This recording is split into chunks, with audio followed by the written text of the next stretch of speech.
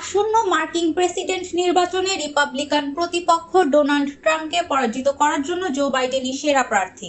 স্থানীয় সময় গতকাল বৃহস্পতিবার রাতে যুক্তরাষ্ট্রের ওয়াশিংটনে এক সংবাদ সম্মেলনে বাইডেন এসব কথা বলেন। ওয়াশিংটনে পশ্চিমা সামরিক জোট ন্যাটোর সম্মেলন শেষে প্রায় 1 ঘন্টার একক সংবাদ সম্মেলন করেন জো বাইডেন। বাইডেনের সংবাদ সম্মেলনে তার রাজনৈতিক জীবন, প্রেসিডেন্টের দায়িত্বকাল, দ্বিতীয় দফায় নির্বাচনে প্রার্থী হওয়া সহ দেশ বিদেশের নানা বিষয় উঠে আসে। বিশেষ করে বয়সের কারণে নির্বাচন থেকে সরে দাঁড়াতে 81 বছর বয়সী বাইডেনের ওপর চাপ বাড়ছে।